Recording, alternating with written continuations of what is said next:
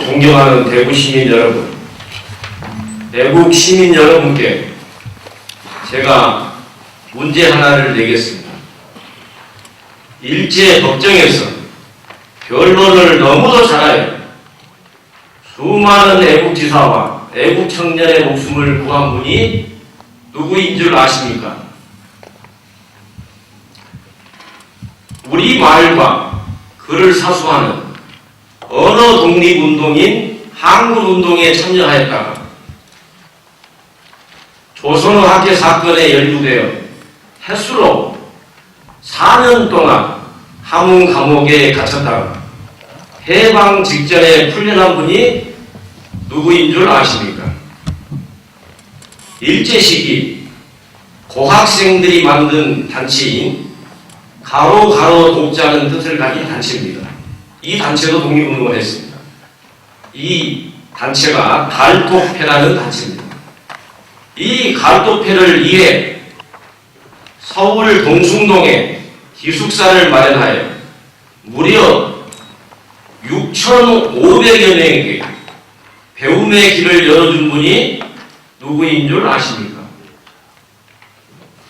해방 이후 검찰총장, 초대 법무부 장관, 반민족 행위 특별조사위원회 위원장을 역임하여 대한민국의 초석을 마련한 분이 누구인 줄 아십니까? 서거 직전 서울 강남구 논현동 집, 대지가 98평에 달하는 집입니다. 자신의 집까지 한글 학회에 기증한 분이 누구인 줄 아십니까? 바로 이분이 위대한 도시 대구광역시 출신의 애산 이인 선생님입니다. 애산 이인 선생은 대구 출신 인물이기도 하지만 일제 강점기와 대한민국 역사에서 반드시 기억해야 할 애국지사이기에 그분이 남긴 발자취는 오늘날까지 큰 영향을 주고 있으며 학자들에게 연구의 모델이 되고 있습니다. 지난 20년간 고려대학교에서 한국 근대사를 전공해온 역사학자인 저는 우리나라 근현대사에서 애산 이인 선생만큼 위대한 분을 본 적이 없습니다. 일제 시기 내내 23년간 우리 독립운동가를 무료 변론하고 자신의 전 재산을 한글 학회에 기증한 분은 이인 선생 말고는 다른 분이 없습니다. 그럼에도 불구하고 여태까지 애산 선생에 대해 제대로 대우하지 못한 현실을 알고 이해가 되지 않았습니다. 이런 훌륭한 분을 이리 대접하는 것은 잘못이라고 생각합니다. 오늘 이 자리에서 애국지사 이인 선생에 대해 제가 말씀드리게 됨을 무한한 영광으로 생각합니다.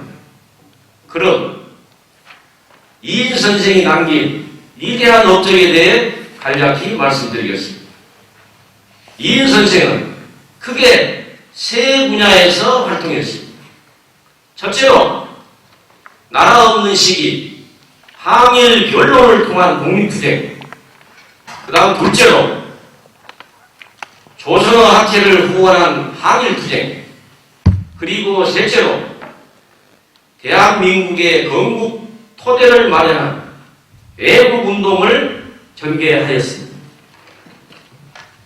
먼저 이인 선생은 나라 없는 시기 일제강점기 항일 변론을 통한 독립운동을 전개하였습니다. 이인 선생은 여러 선생님들께서 잘 알다시피 한말 1896년 경북 대구에서 출생하였습니다.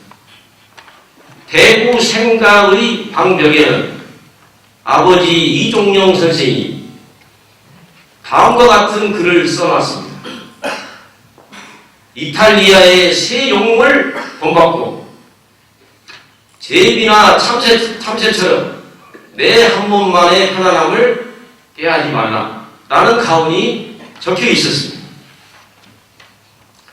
이 가훈을 보면 이인 선생은 나이 어린 소년 시절 이탈리아 통일의 새 영웅, 이탈리아가 통일될 때 이 세 분의 영웅이 활동했습니다. 마치니, 가리발디, 카브루처럼 자신도 우리나라를 중흥시키는 일에 젊은 시절에, 소년 시절에 나서기를 결심했습니다. 경상도 출신, 우리 국사교과서에 실려 있는 평민의병장, 신돌섭 의병장의 참모로 활동하였던 대구 출신의 김수롱 선생이 있습니다. 이 의병장으로 활동했던 김수롱 선생이 세운 달동 우숙에서 이인 선생은 4년간 학업에 전념하였습니다. 이인 선생은 애국지사, 의병장 김수롱 선생으로부터 역사, 지리, 세계사, 수학, 또 총사육법까지 익혔습니다. 수업 시간에 이인 선생은 스승을 통해 강렬한 민족혼을 전수받았습니다. 이 시기는 바로 일제가 대한제국을 집어삼키는 그런 시기였습니다. 우리나라는 식민지로 전락하였습니다. 이 시기에 애산 이인 선생은 1912년에 45원을 손에 쥐고 무단 가출하여 더 큰 공부를 하기 위해 일본에 유학을 갔습니다. 일본에 유학을 가서 일본 대학의 법과를 졸업했고 다시 더 큰 공부를 하기 위해서 메이지대학 법과 2학년에 편입해서 졸업했습니다. 그가 일제 식민지 시기에 법률을 공부하기로 마음먹은 동기는 억울한 20대 시절 우리 민족을 구해보자는 의문, 어떻게 해서든 우리 민족이 일제의 압박에서 벗어나보자는 그런 생각에서 법률 공부를 시작했습니다. 일본 유학 시절 김양수 선생, 김도연 선생 이런 분들이 다 해방 이후 재헌 국회의원들이었습니다. 이분들하고 매우 친하게 지냈습니다. 서민호 선생, 국회 부의장까지 역임하고 이런 분들도 일본 유학에서 만났습니다. 이분들과 함께 이인 선생은 국내로 돌아와서 조선어 사전 편찬 후원 회원으로 함께 활동하였습니다. 1923년 28살의 나이에 너무도 어려운 시험, 일본어로 보는 일본 변호사 시험에 합격하여 그 해에 변호사로서 개업을 했습니다. 23년부터 애산 이인 선생은 독립운동 사건을 변론하기 시작했습니다. 그 첫 번째 사건이 의열단 사건이었습니다. 여러 선생님들이 알다시피 의열단은 밀양 출신 독립투사 김원봉 장군이라고 있습니다. 애국시인 이육사 시인도 참여한 일제 시기에 제일 혁혁한 무장 독립운동단체였습니다. 이후 의열단 사건 변론 이후 독립운동에 관련된 수많은 애국지사를 변론하느라 일제시대의 시기를 보냈습니다. 독립운동가는 일제의 입장에서 보면 가장 탄압해야 할 사상범이었습니다. 애산 이인 선생은 이들 독립운동가들이 관련된 사건에 대해 무료로 변론해 주었습니다. 심지어 기록에 보면 애산 여적이라고 하는 이인 선생이 남긴 전기가 있습니다. 그 1차 자료인데 음식과 옷까지 차이시켜 줬다고 합니다. 1923년에서 42년 조선학교 사건이 발생하기 전 20년간 매년 60여 건, 그 가운데 독립운동에 관련된 사상사건만 총 1000여 건을 변론하는 주었습니다. 이래서 그에게는 아까 한 교수님이 말씀했던 사상변호사, 무료변호사라는 칭호까지 생겼습니다. 독립운동과 관련된 사건 1000여 건을 변론해 준 인물은 세계 역사상 또 우리나라 역사상 이인 선생 말고는 제가 공부한 바로는 없습니다. 일제법정에서 그의 변론은 단순히 피고인의 형벌을 줄이는 일반적인 변론에 머무르지 않았습니다. 독립운동가는 혁명가입니다. 혁명가의 변론은 그 자체로 독립투쟁입니다. 일제가 제일 싫어하는 독립운동가들은 일제의 경찰서의 유치장과 감옥에서 구타와 고문으로 인해 사망에 이른 경우가 허다하게 많습니다. 그의 변론은 독립운동가의 소중한 생명을 구해주는 역할을 했습니다. 형량에도 변호사의 변론이 있는 것과 없는 것의 차이는 너무도 컸습니다. 이인 선생의 변론을 받고 감옥을 나간 독립운동가가 다시 독립운동 전선에서 참여할 수 있게 만들어 주었던 것입니다.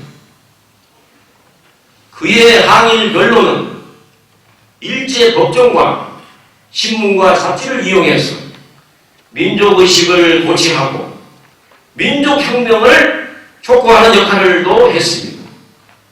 일제 법정에 참여한 방청석에게 그리고 변론이 게재된 신문과 잡지를 읽은 우리 민족 구성원에게 독립정신을 심어주었습니다. 애산 선생은 자신의 항일 변론이 조선 독립의 기초 공작이었다고 가르쳤습니다. 일제 법정에서 일제 판검사와의 변론 투쟁은 합법을 제도로 활용한 독립운동이었습니다. 이처럼 이인 선생은 일제의 법률로 저들을 비판하여 항일 변호사로서의 역할을 충실히 해내었습니다. 변법에 지피지기면 백전백승한다고 말하였습니다. 상대를 알고 나를 알면 100번 싸워 100번 이긴다는 얘기입니다. 적국 일본 제국의 법률로 일본을 당당히 법정에서 비판하였습니다. 독립운동과 관련된 사건 가운데 특히 독립운동단체, 남만주 지역의 독립운동단체에 정의부가 있습니다. 정의부 독립군 대장 오동진, 통일부 독립군 이응석 선생, 여러 선생님들이 잘 아는 독립운동가 안창호 선생 등의 변론을 맡았습니다.